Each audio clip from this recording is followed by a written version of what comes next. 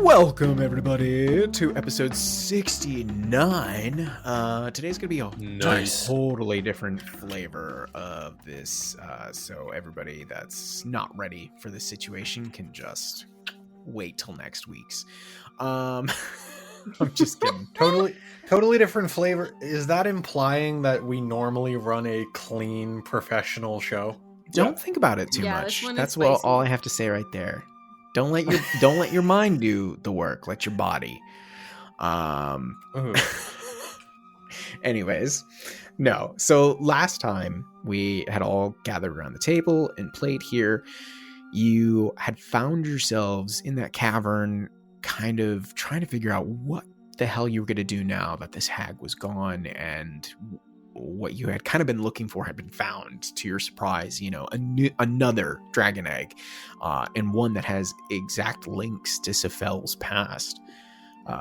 To some small surprise there, but then only to be found by Sarvid Dwellin, the owner of these mines and the workers here, under him, who was accosting you and was like, "You're the ones that brought this trouble here. I'm gonna have the Talon punish you. You're all murderers, thieves, all this stuff. You've caused all these troubles and you bring nothing but doom." To which you were brought to the marketplace. Sarvid kind of told the people what had happened to him and the friends and families that worked for him, and you guys kind of mounted a small defense, mostly relying upon the good deeds that you had just done the night before. And then eventually word led off by the king and queen to the Coalfire Keep, because the Talon had communicated with Bahamut, and Bahamut had seen fit that there be no large punishment, but that the people themselves could dish out something of a smaller nature. And you guys were brought a verdict later on after our episode concluded, which was they would demand, in eventuality, a total fine of 2,500 gold for the families that had been affected. And right, never coming back here. Head on out. To which the king and queen were like, "We'll help pay for a small amount of that because of Dwellin's nasty nature." They were like, "We're sure he was the one who kind of skyrocketed that number, and we will try to kind of calm things down a bit more." But eventually, that debt will need to be paid because of those harmed from the hag. But you all had agreed in your discussions that it was probably for the best that you began your new mission with the kingdom of establishing communication with the other settlements within the Underdark, seeing if they were also being terrorized by potential demonic threats or whatever. And so Sir Laertes, Balater, and Queen Griselda have brought you all, including Stool, towards the gatehouse when Starcaller has you all stop at Beatrice's house, as it seems he has some business with her. Listen, Sam and Brendan can leave. Yeah, between me and Will. Starcaller, okay. Would you like us to Oh, this is an Andrew episode. Okay. Starcaller, you'll just do you just need a minute or? Yeah, no, I'll be like right back, guys. This is not going to be like a whole thing. Oh, okay. Yeah. Got you. Well, he's the 2-minute kind of person. Yeah, certainly. He's just left something inside. We'll be over here. Oh, he'll leave something inside. Okay. Oh my god. You're just jealous because you don't have biological functions anymore, Sephel. I have tentacles, and all the bitches love me. I told you, episode 69, it was going to get wild. I'm growing 2 more. Take me away. Mrs. Conklin, I'm so sorry. This is not your fault. Yeah, maybe Sam, maybe tell your mom Sam. Maybe tell your mom to skip this one. Yeah. You said you were going to throw up if there wasn't a Starcaller and Beatrice interaction. Yeah, you Yeah. kind of specifically asked for this. I said that I wanted Beatrice in the episode. I didn't want graphic content. You know Oh. what you did. I want a PG love story. Continue. Well, let's see what Starcaller does then. Well, yeah, I'm gonna listen. I just have some unfinished business to attend to. So I'm gonna go. You know, we have all of our gear ready up. I want to go see Beatrice. Okay. Well, you're right outside their house, so you're free to knock and call on her. Yeah. How convenient. Yeah, I'll knock. Okay. A moment goes by, but you see the little like peephole light up as the their little tab kind of holds it, and you hear this like little squeal inside, and then the door is like ripped open, and she's like, "My Lord Starcaller, how are you today?" Well, I come to you with a hopeful but heavy heart, Beatrice. It is always well to see you, and It's always well to see you, Artomis. I and my companions, Sephel and Scylla, are going to be heading out to Neverlight Grove to deliver Stool back to his homeland, and hopefully be able to find out a little bit more about what's going on around the surrounds of the kingdom. I hope to be back soon, but I do not rightfully know when that exactly will be.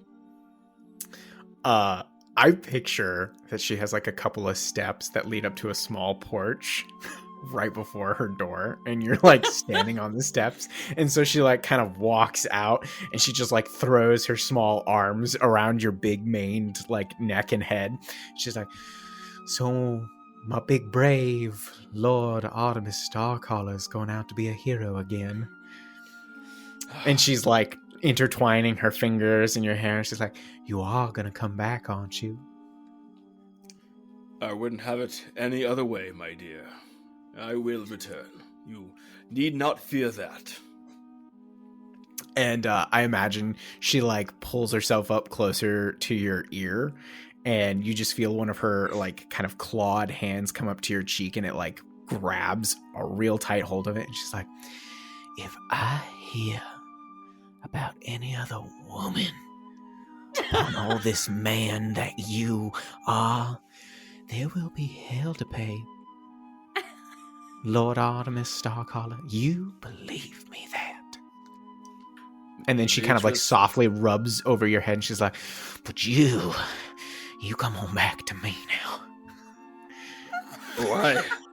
I would rather face down the gates of Pandemonium themselves than have to face you, scorned Beatrice. I shall return just as I am.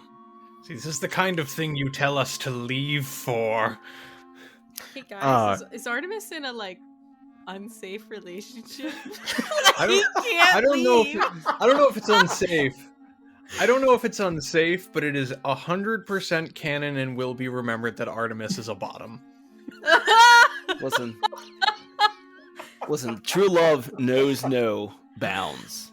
Or lots of bounds. It depends on your thing. But anyway. Just have a safe word. That's all I ask.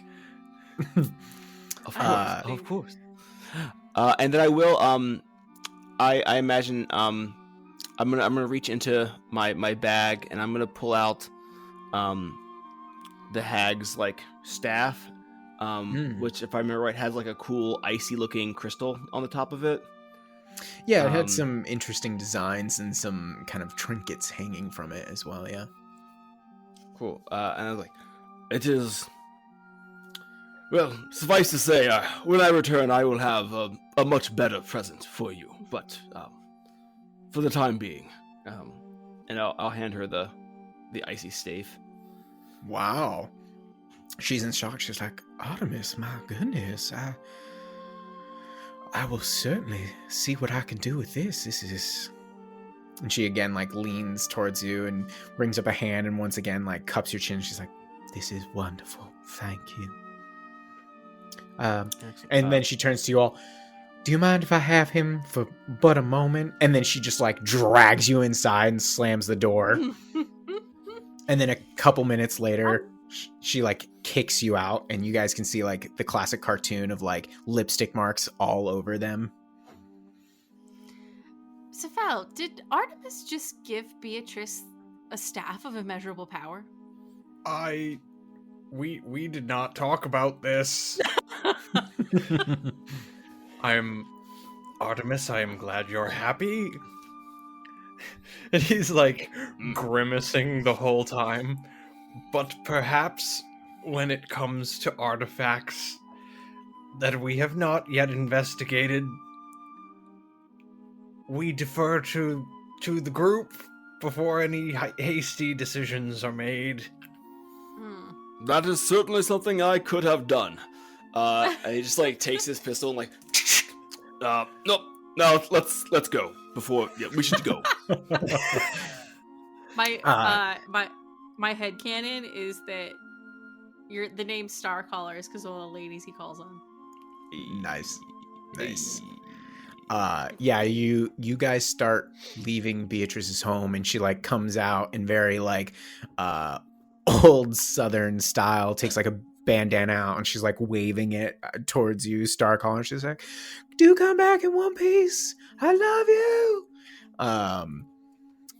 And you guys continue on your way to the gate castle. Again, this is your last stop before you venture back out into the unknown Underdark.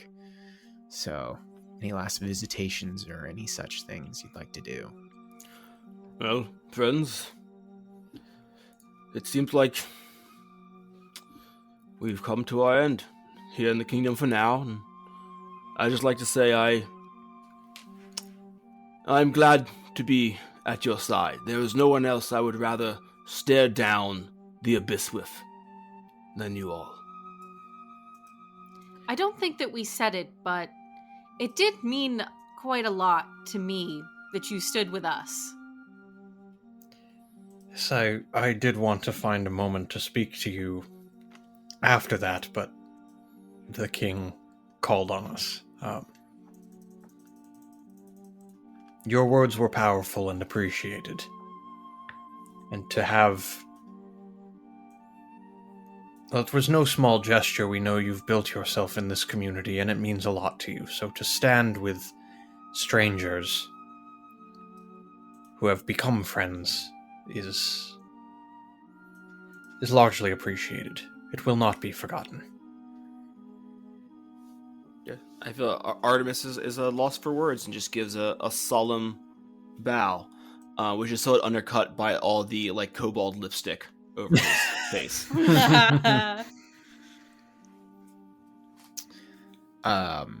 You're all eventually, including with Stool, led through the gate castle, and you see many of the old guard members that you had encountered before you were allowed into the true city of Dimcairn about, and you are then led into the kind of inner gate, the disguised gate that you had all come through before, and you see it start to raise, and the king and queen and Laertes are all there with you, and Laertes comes up and kind of forearm locks with you, Artemis, and says, "Good luck out there, my friend. I do hope you come back to us." Oh, I shall return, and we will have many a glorious fight in our future, old friend. I'm glad to hear it. Queen Griselda comes up to you, Scylla, and she's like, "I do appreciate everything you have done for us in our short amount of time together, and I do hope you can return. You do sincerely always have a home here with us, and do not think that we won't help you when the time comes to reclaim your original home. We will be there for you." Thank you. It is a shame how it happened, but I am very grateful that the events that led up to it occurred. And I look forward to seeing you again. And King Boletaire comes up to you, Sephel, and goes, "You are a fascinating individual, Sephel. And I had hoped to rather pick your brain about some of your magics and what you could perhaps teach some of my people. We are lacking in a great many things. And your intellect alone would be a great help. But good luck out there. I appreciate you saying so, and I believe there will be a time for such things. But when I come back, I believe you owe me a story about your father's sword. And I'll just give him a curt nod and turn away. He looks at you like stunned, like. Mm-hmm. And as you all kind of step outside the gate, Sir Laertes comes back up to the lot of you and holds out a small bag, and he goes, "In here is some chalk. Use it to mark your way. Mark it for dangers, mark it for passable areas, so that we may find your trail to eventually connect with these other settlements. You do not need to necessarily make your way back here, but the more you can connect with sooner, the better for us. We can take care of ourselves, but we'll try to keep an eye on you if we can. Follow your trail." And he hands it over to you guys. And then he retreats, and the gate slowly closes till eventually it looks like you guys are just staring at a barren sidewall of a tunnel. And you guys are back out in it. What would you like to do? It was nice to have a home for a little while. Indeed, but it seems it is our wont to be wanderers here.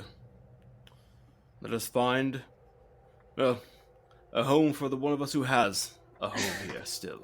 Stool. Yeah! I'm going home! Wow! Alright, try not to rub it in. Sorry.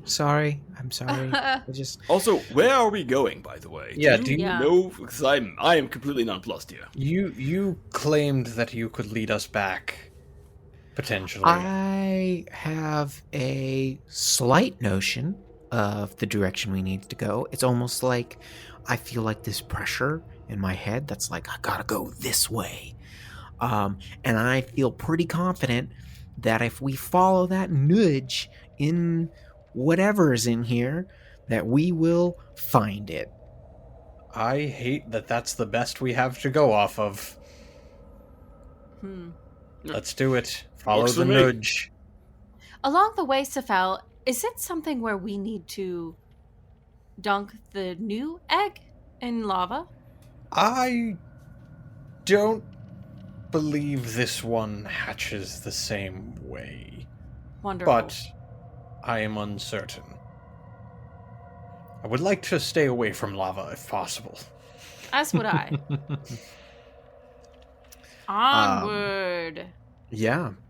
Sephel, if you would like, you are welcome to roll Arcana to figure out what that particular egg needs to help it hatch. Okay. Clearly, it's very close to what it needed, not long ago. Yeah.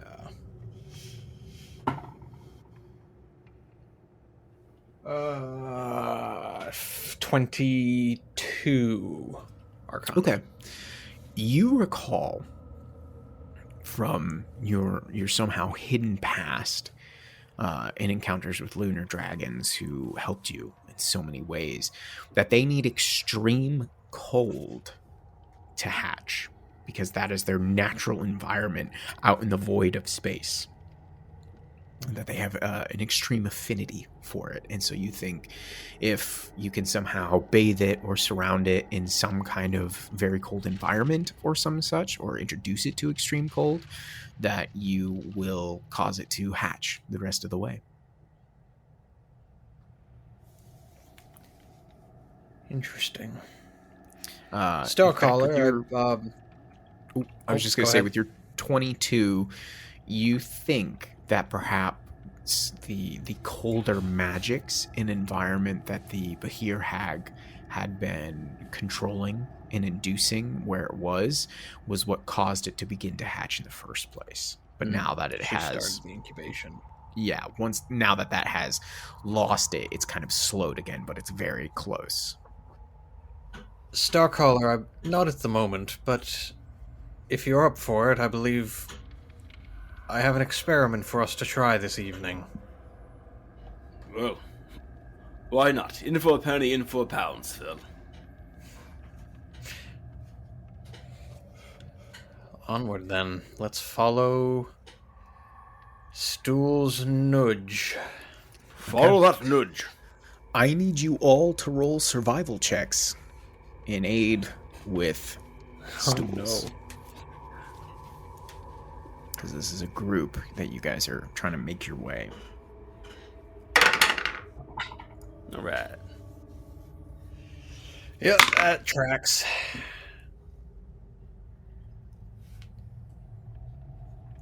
Okay, what's everybody got? We did get a long rest, right? We Yes. slept. Mm-hmm. Okay. 9. I got 9. Oof. 19. 19. I'm gonna pop a knowledge here. Okay, great. So quickly. 12. 12. Okay. Stool got an 11.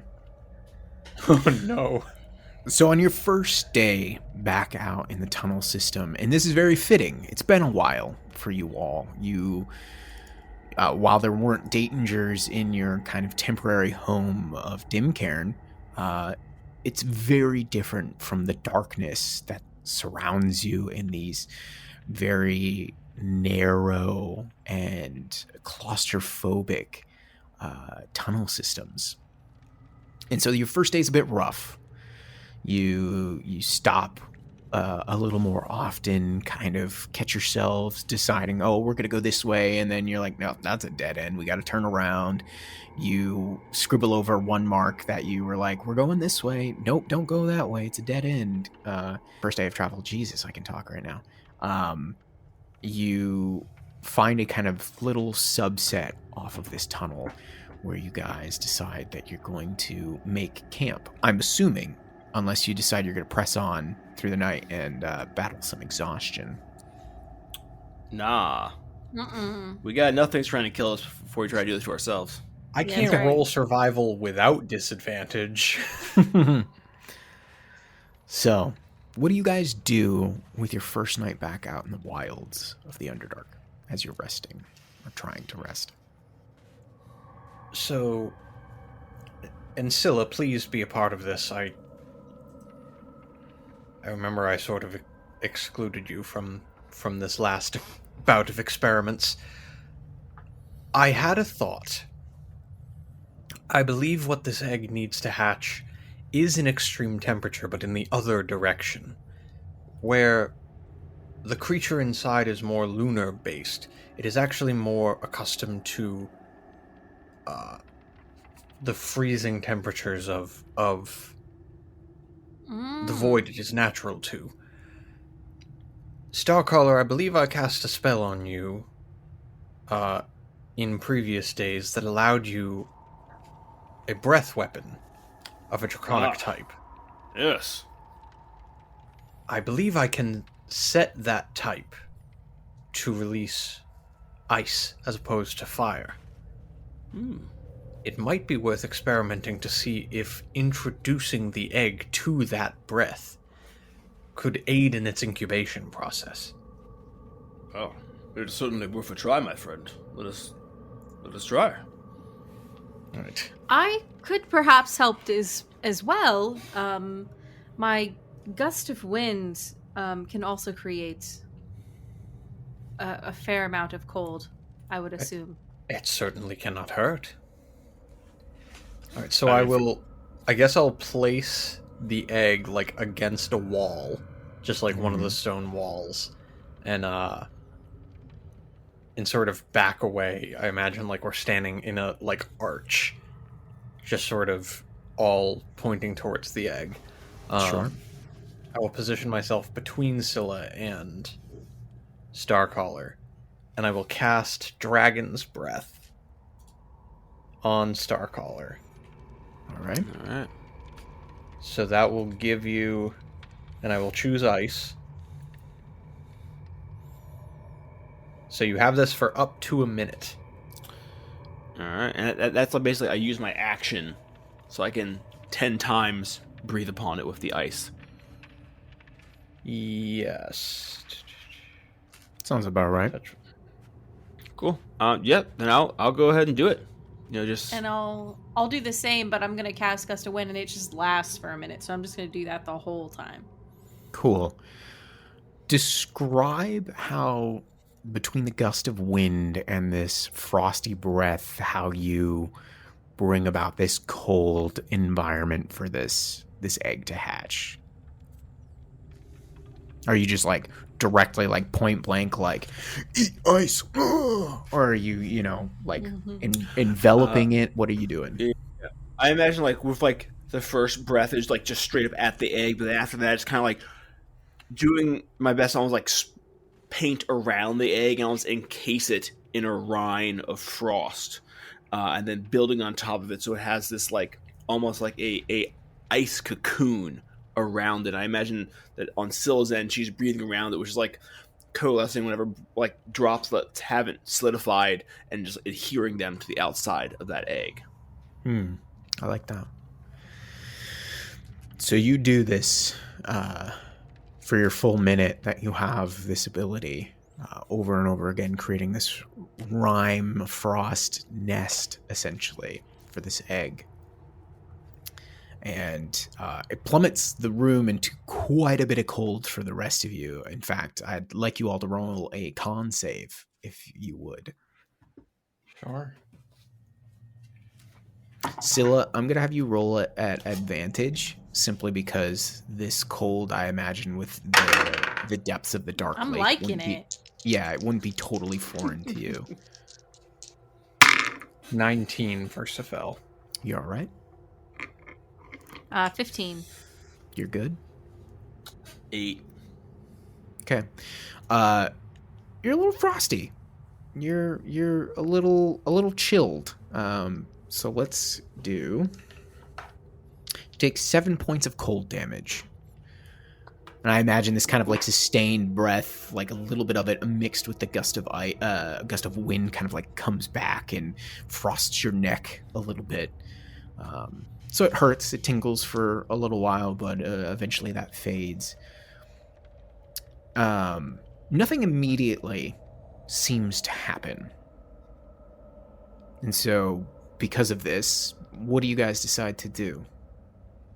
Do you leave it? Do you set up the rest of your camp? Do you do more? What are you thinking? I think it is probably best to leave it and let it take in its environment. Yes, we have set it up and let it incubate, as it were. I think it would be smart. Obviously, I think we should have some fire if we would like, but perhaps we should create some distance as to not counteract what we have done. Indeed. Let's not overwarm the egg, as it were.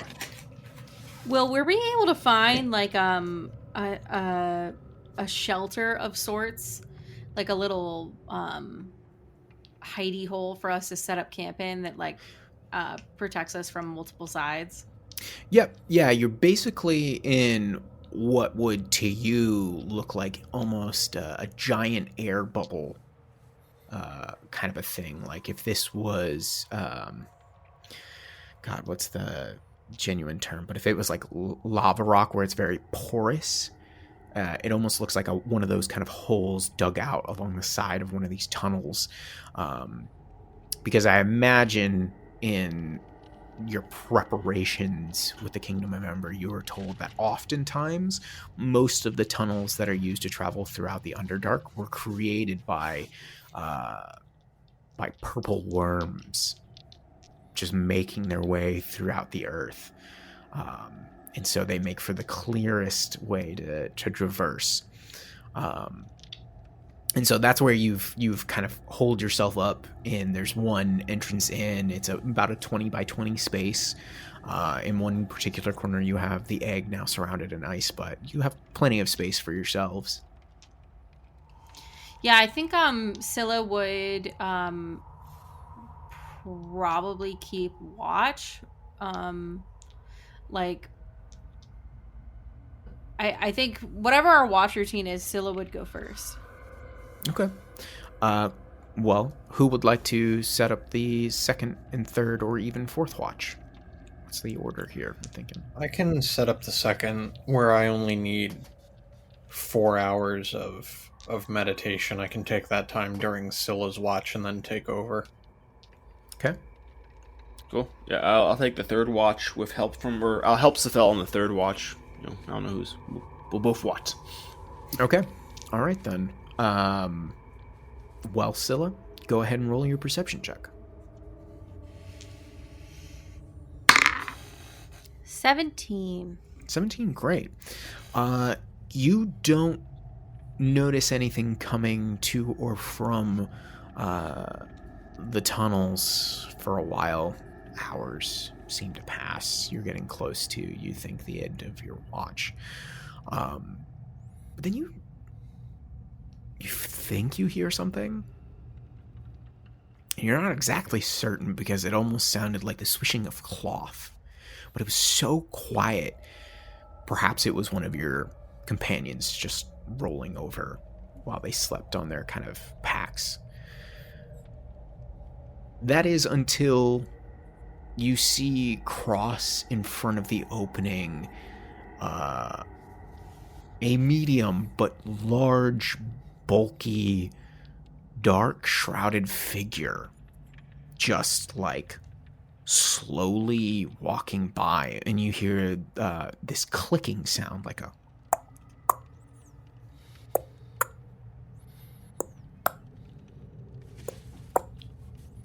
Are they wearing heels and they have a lamp? You can't tell from where you are. Do you investigate further? I will wait for them to get further away.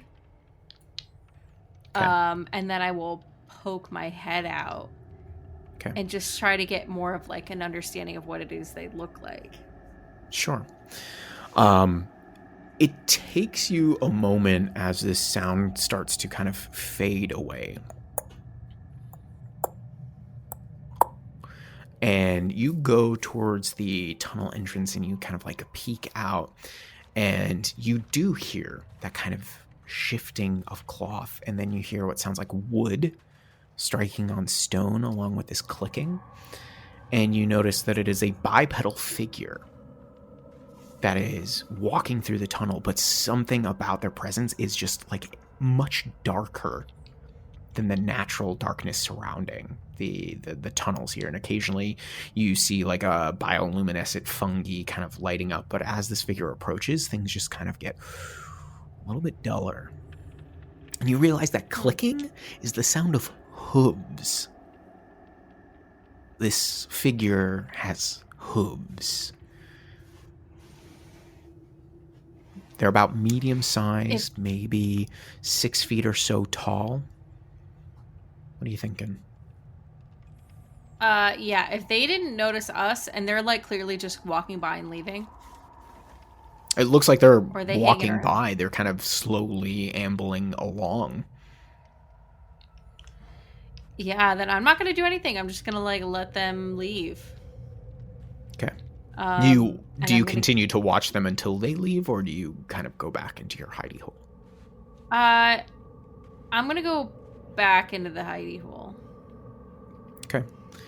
I think Scylla's feeling like we're going to be running into a lot of things in the Underdark, and just let it be, you know? They don't know we're here. Just let them be. Sure. Besides you guys taking watch, did you guys take any other precautions when setting up camp? Just curious. I'm not being like, oh my god, something's about to happen, but I'm just curious. I mean, I feel like if we're tucked into a little corner, that's like half of what we can do right there. Yeah. It's just For the martial crew, it's just having weapons ready and at the ready. Yeah. One thing not brought up is that Starcaller, Dawn's Edge doesn't need to sleep, and she can sense things all about her. She has dark vision, surprisingly. So, depending on how you use her, she can also keep watch. Yeah, absolutely. I'd love to have her kind of assist the watch. Okay. Do you set her, like lean her up against a wall somewhere? Or do you give her to Scylla to kind of like hold on to and to help her kind of suss out what might be out there? Or what are you thinking? I kind of imagine like I find like a little like crook in like the rocky floor and like plant her like a tree in the ground and go to sleep next door. Scylla, as you come back in, you actually feel the voice of Dawn's Edge kind of reach out to you, and she goes, Scylla, I think that figure stopped. You mean they stopped, as in they right outside? Listen, do you hear them? And you stop and listen, and sure enough, you don't hear the clopping of hooves anymore. Do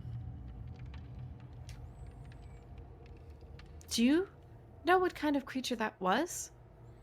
I do not. I have not encountered whatever it might be, but it also seemed shrouded in something. It seemed old, very old, but also brimming with something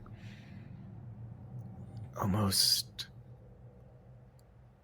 not right inside of it. It's hard to describe. I think when Dawn's Edge says that, Scylla has this thought of like, we're here to find out more about dark, bad things in the Underdark. So this might be something we need to investigate. And she's going to first wake up Sephel by like pushing his shoulder and then like putting her hand over his mouth, like, don't say anything kind of thing. And then she'll mime that he needs to like listen, and then she'll point right outside. What do you do, Sephel? I will quietly get up, and I will peer around the sort of alcove wall. Okay. Make a stealth check. Oh, Jesus. Scylla, are you creeping up there with him again? No, I would next wake up Artomis. Okay. 17. 17. Okay. You manage to get up to the alcove edge pretty quietly. Make a perception check. Okay. This time I'm going to get smarter, and I'm just going to like telepathically talk to Dawn's Edge and be like, can you tell Artomis about what is happening? Yes, of course. Well, Give me a moment. 15 And- on perception. 15, you said? Mm-hmm.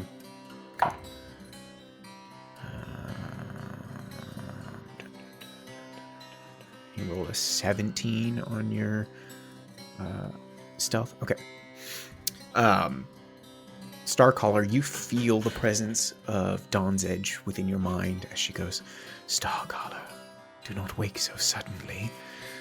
But there is something outside of our alcove that demands your attention, and the others are waiting for you. Thank you. Yeah, I'm gonna roll up as quietly as I can, pluck her out of the earth there, and then I'm gonna cast a quick second level Armor of Agathis on myself, and then go join them. Okay. This bristly, cold rime kind of covers your armor. Do the rest of you go up to join Sephel, or are you kind of leaving Sephel to suss out what he sees out there? Oh, I'm joining Sephel now. Okay, make a stealth check. Going up. Okay, both of you then. Both of you make stealth checks. I'm really sorry about this. Don't fuck it up. Well, Too late. Too late. That's as much as you can fuck it up. oh No. That's a nat 1 plus 2. Ooh. Okay. Got a casual 18 over here. Okay. Starcaller, I imagine you pick up Dawn's Edge as you make your way towards the cave entrance. Oh, yes. And I think what it was Scylla probably cast an eye back towards Stool, who was trying to kind of like get themselves up and quietly move towards the entrance with a lot of you. That Scylla looks back, but not in time, because your cloak that naturally helps you with these things makes you almost invisible in this environment. So she bumps into you, and there's kind of like this clatter. You, Sephel, you peer out and you see this biped figure holding onto some kind of large, long staff-like thing, but even with your dark vision, it's hard to pick out what exactly they are. Something almost supernatural seems to kind of surround their form, but they're definitely stopped. And you see their form begin to turn back towards your direction. Do you do anything, or do you sit there and watch? I think I watch. Okay. You watch, and as this form turns around, it all of a sudden becomes much clearer as to what this creature is. They stand about 6'4", but something about them goes a little bit taller than that. You see from their large, wide, black furred head carried 2 spiral horns that go up and back, and then from the sides come 2 also Stygian-like horns. And from the sides of this large, semi-elongated face are 2 red eyes with peculiar rectangular pupils that you can make out in the dark. You think, as the rest of this large, kind of burlier form comes to bear in front of you, is some kind of satyr. But they seem more twisted and bestial. And as they come around, you see that in one of their larger hands, they carry what looks like an old farming implement, a scythe. They have this kind of mottled patchwork dark cloak about them, these various armored pieces kind of around their mid-torso, but then surely there it is, 2 large bent-back muscular goat-like legs. And as these red eyes, goat eyes, turn towards you, you see just behind the 2 more of these red eyes appear. And then its mouth opens and you hear it speak. What do we have hiding in the darkness? Come out, come out. I think there are, and you see 2 of those eyes close and it kind of tilts its head. I think there are 4 of you. Yes, I sense 4 of you. Do not hide. Ivan does not wish to harm you. Sephel will step out of the tunnel. I see a flare of the mind, is it? And he kind of rests his large, kind of rusted scythe against the wall and takes this awkward kind of bow, and he's like, I am Ivan Mark. Who might I have the pleasure of addressing? I simply go by Sephel. A pleasure, Sephel. It is not common to see a creature such as yourself this deep. That is very true.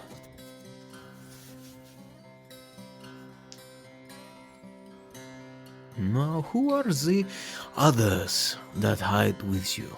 Sephel will look back to the alcove with his friends. He already sees you. You might as well join me. Artemis will step out of the shadows, Dawn's Edge in one hand, the Gauss pistol in the other. And I'm Artomis Starcaller. What is your errand here, Ivan? I have been sent by my masters to find what creatures now lurk here in the dark. For their strange... What is the word? Machinations is not in line with my masters. And who then are your masters, Ivan? I do not think you would very well understand their language. Do you speak of the beyond? I'm not sure I understand your meaning, but if that is the language, then it is one I do not speak. That is too bad. But I am always happy to enlighten those who do not know of them. I am Ivan Mark, prophet of... And then his voice shifts as he says the name of whomever. Prophet of Shumnigurov. And it's like this name echoes through your mind and brings this unnatural chill up your spines. Those of you that care to can roll in a history check to try and identify the language that he just spoke. Scylla would have stepped out as well. Okay. Dirty 20. Okay. That beats my 3. 10. All right. Dirty 20 it is. You realize that he just spoke deep speech. I speak Often. deep speech. You do. So you understand then that he said he was the prophet of Shub Nugurov, also known as the Black Mother, or the Mother of 1,000 Woods. This is a old, deep, elder god of sorts. That is a powerful name to bring down into the tunnels. Ah, so you do know it. This is good. This is good. So you have heard their name before.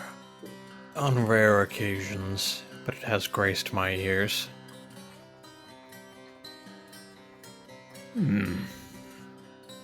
And what business do you have here in the tunnels yourselves?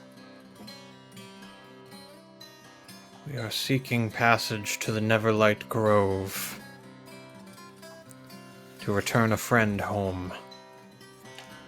What is this Neverlight Grove? Is this a settlement of sorts, I can only assume? Your assumption goes as far as mine. I have never been myself, however. I understand it to be a colony of myconids.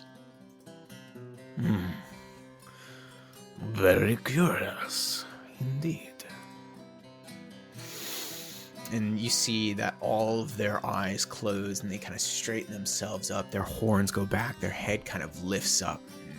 And you kind of hear this quiet murmur of the deep speech, which is a very slow, almost guttural, and incredibly difficult language to speak because it's almost like the physical body can't make the syllables. But for some reason, he seems fully capable of doing it. And he's saying, "Oh dear mother, please grant me your guidance. Do I also search for the Neverlight Grove?" And then he kind of faces towards you all again and he goes, "I will wait for their answer. Do you have warmth? May I join you for a moment?"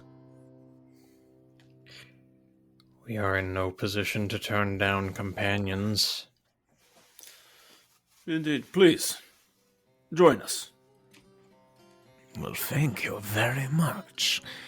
And he picks up his old-looking scythe and kind of comes towards you in the clip-clopping of his very large, thick hooves.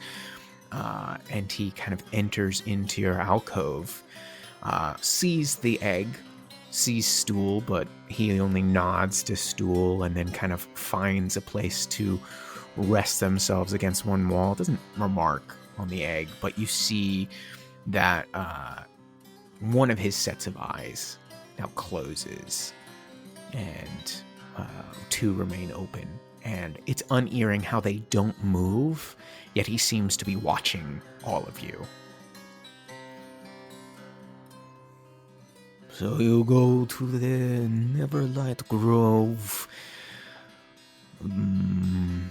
But a Triton, a Leonin, and a Flare.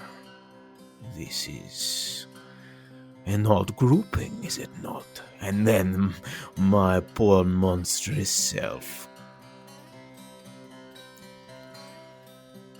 It's certainly an odd-looking group. We make do. That it is. That it is. Oh, the old ones must be bringing me amongst your path for a reason. Your countenance is unsettling. Do most of your kind have 4 eyes? No. The way you find me now, I was blessed by the Great Mother to be reborn. I was but a human man, I do not know how long ago. But she felt it best to bless me as such in this form, similar in some ways to her own.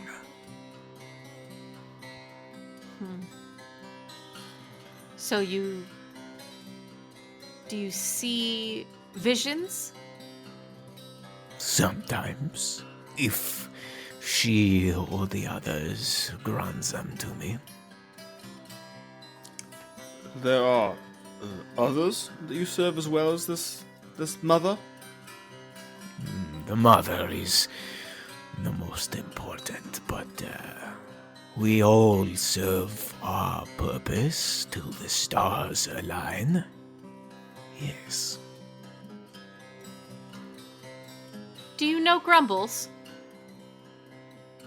Grumbles. I'm very afraid I do not know this Grumbles. He's a great seer from the city of Dincairn.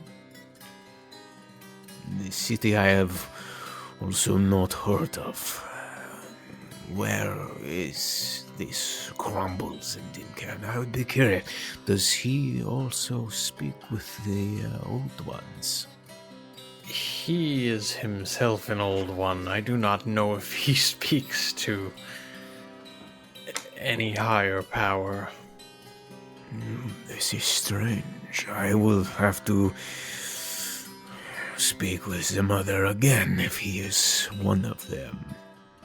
I have not heard his name mentioned from them. Perhaps the prophet of Relia will know. Should he grant my call?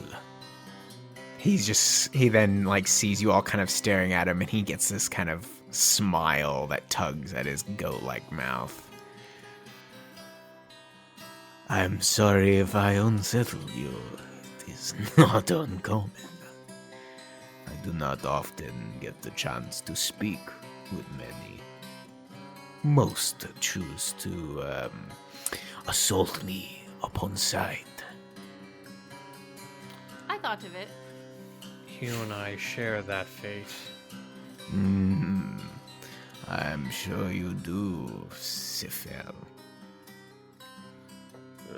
A question for you then. What sort of errands does your patron set you forth on?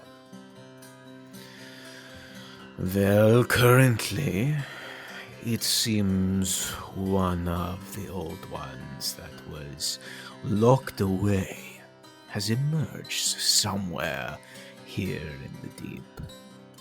I have been sent to find them, as it is not time for them to emerge. If one goes before the alignment, the rest cannot rise. And so he must be put back in his place. Tell me, do you know of the old one, Dagon? Yes. And that's where we'll end today. Damn it!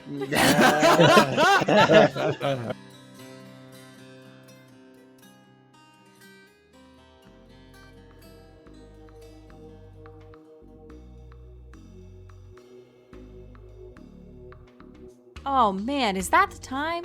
We're overdue for another check-in with you fine listeners. Thanks as always for being here right up to the outro. We really appreciate that. You will never believe this, but we recently hit our 1-year podcast anniversary and 3,500 downloads. It's truly been a blast. We're having just a grand old time, and we look forward to another 50 episodes to come. Hopefully you join us for those next 50. That being said, we do have an exciting announcement. We have launched a Ko-fi page. Yes, that's Ko-fi page. There's no pressure to do so, but if you want to toss a coin to your witchers, that's us. You can head to ko-fi.com/themadness-table. All donations will go first toward our monthly operating costs, which include our podcast hosting software, items like that.